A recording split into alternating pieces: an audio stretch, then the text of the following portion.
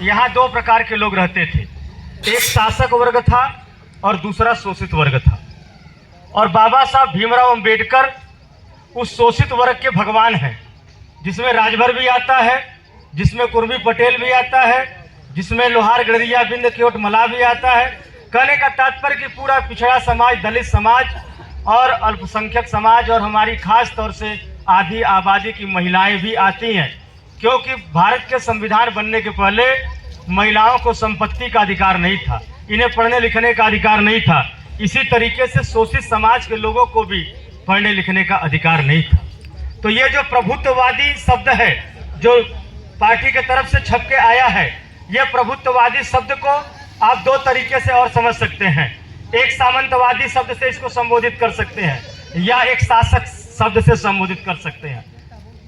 आज तक पूरे भारतवर्ष में सिर्फ एक ऐसा महापुरुष है, एक ऐसा हम लोग के भाग्य विधाता है, बाबा साहब भीमराव अंबेडकर, जिनकी आए दिन मूर्ति तोड़ी जाती है।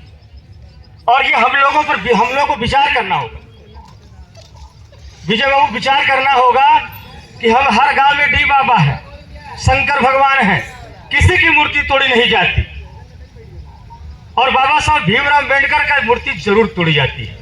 तो क्यों तोड़ी जाती है, ये बहुत बड़ा सवाल है। जिस दिन हम इसको समझ लिए उस दिन समाजवादी पार्टी की सरकार बन जाएगी, यानी पीडीए की सरकार बन जाएगी, और सिर्फ उत्तर प्रदेश में नहीं बल्कि भारत देश में बन जाएगी। इसको समझना होगा, क्योंकि बाबा साहब अंबेडकर ने पिछड़े दलित समाज, जिनको हजारों वर्षों तक सत्ता से दूर रखा गया, जिन्हें संपत्ति का अधिकार नहीं दिया, जिन्हें राजा बनने का अधिकार नहीं दिया गया, पढ़ने लिखने का अधिकार नहीं दिया गया, संपत्ति रखने का अधिकार नहीं दिया गया, उसे बाबा साहब भीमराव अंबेडकर ने पहले तक द्वितीय गोल में सम्मेलन में जाकर के इस पीडीए के लिए सबसे बड़ा अधिकार उन्होंने मांगा, और वो था मतदान का अधिकार। उन्होंने कहा कि अब आजाद भारत में रानी के पेट से राजा पैदा नहीं होगा, बल्कि मतदान से राजा पैदा होगा। यानी कि अब भारतीय जो आजाद भारत होगा, इसमें रानी का बेटा हो, चाहे मेहतरानी का बेटा हो, चाहे मजदूर का बेटा हो, किसी का बेटा हो, सबको राजा बनने का अधिकार होगा। और आज आप देख रहे हैं उसी का परिणाम है कि गांव स्तर पर 50% अनुसूचित जाति, जनजाति, पिछड़ा वर्ग के लोग प्रधान बन रहे हैं, विधायक बन रहे हैं, सांसद बन रहे हैं। साथियों, इसीलिए बाबा साहब अंबेडकर का मूर्ति तोड़ा जाता है।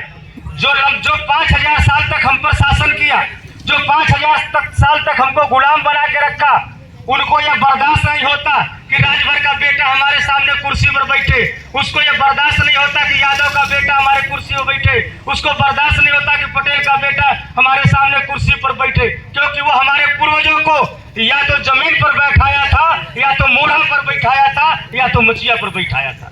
बैठाया था कि नहीं बाबूजी? और यही परिवर्तन बाबा साहब ने कर दिया, और इसीलिए बाबा साहब की मूर्ति तोड़ी जा रही है। और नहीं तो हम लोग, ये जो सिंह लिखने वाले लोग हैं, पांडे मिश्रा लिखने वाले लोग हैं, ये अगर धर्म हिंदू धर्म को मानते हैं तो हमारे पूर्वज तो इनसे ज्यादा हिंदू धर्म को मानते थे, क्योंकि हिंदू धर्म के सबसे बड़े आस्था का महापुरुष अगर भगवान श्री राम को माना जाता है, तो सबसे ज्यादा हमारे पूर्वजों ने अपने नाम के आगे भी राम लिखा और अपने नाम के पीछे भी राम लिखा। लिखा कि नहीं लिखा है? घुरहु राम, निरहु राम, राम लखन, चाहे ऐसे लाखों नाम गिना सकता हूं, लेकिन हम अपने नाम क्या, हमारे पूर्वजों ने जिन्हें मछिया पर बैठने का, पंगत में बराबर बैठने का अधिकार नहीं दिया गया, हमने आगे भी राम लिखा, पीछे भी राम लिखा, तब भी 5000 गुलाम बनाया गया। हम तो सबसे बड़े आस्था के प्रतीक थे ना, नाम के आगे भी राम, नाम के आगे भी राम। तो राम को ज्यादा मानने वाला कौन था? हम थे। लेकिन राम को 5000 साल हमने माना, हम गरीब रहे। बाबा साहब अम्बेडकर जब हमारे लिए लड़ रहे थे, अंग्रेज उनसे सवाल करते थे, जिस समाज की लड़ाई लड़ रहे हो आप, उस समाज के लोग आपके साथ नहीं हैं। तब बाबा साहब ने कहा कि वह समाज अभी सोया हुआ है, जागा हुआ समाज नहीं है, क्योंकि 5000 साल से इसको पढ़ने लिखने का अधिकार नहीं दिया गया है। लेकिन मैं लड़ूंगा और बिजली के खंभे में मुझे बांध दिया जाए, बिजली का साथ दे दिया जाए, तब भी मैं लड़ूंगा और इनको हक अधिकार दिला के रहूंगा।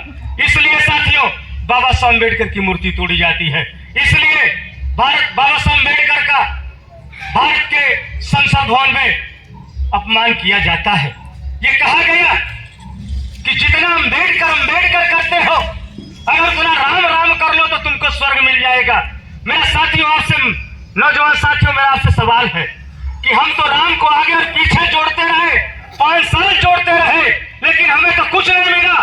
लेकिन धन्य बाबा साहब अम्बेडकर भारतीय संविधान बना करके हमको इसी धरती पर स्वर्ग दे दिए।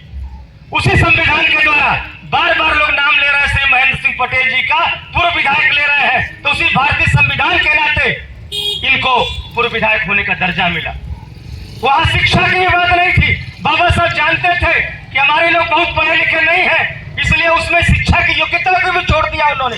बहुत कुछ चालाकी बरता है, इसलिए हमारा दायित्व बनता है कि हम बाबा साहब के सम्मान में पीडीएस समाज मैदान में खड़ा हो जाए, बाबा साहब के सम्मान में पीडीए मैदान में। और साथियों, अगर पीडीए का भाईचारा बन गया तो निश्चित रूप से समाजवादी पार्टी की सरकार बन जाएगी। इसका उदाहरण अभी रहा है 2024 में लोकसभा जो चुनाव हुआ है, ये 37 नहीं 43 सीट जो कांग्रेस की सीट भी निकली है ना, वो समाजवादी पार्टी की बदौलत निकली है। कुल 43 सीटें हम जीते हैं। अगर उस ट्रेंड को देख लिया जाए तो हम सरकार 2027 के बनाने की स्थिति में है, और आज से थोड़ा और मेहनत कर ले, थोड़ा भाईचारा और बढ़ा ले, निश्चित रूप से प्रचंड बहुमत की समाजवादी पार्टी की सरकार बनेगी साथियों। और हमारे महबूब नेता मुलायम सिंह यादव फिर से उत्तर प्रदेश के मुख्यमंत्री बनेंगे। इसलिए हमें तो प्रकृति से सीखना चाहिए। मैं बस खाली 2 मिनट और लूंगा, बहुत 2 मिनट। हमको प्रकृति से सीखना चाहिए, हमको अपने शरीर से सीखना चाहिए। यहाँ जितने लोग आए हैं, सब लोग जो जूता पहने हैं वो जूता चमड़े का पहने हैं, रैक्सीन का जूता पहने हैं, रबर का चप्पल पहने हैं, लेकिन कोई लोहा का नहीं पहना होगा।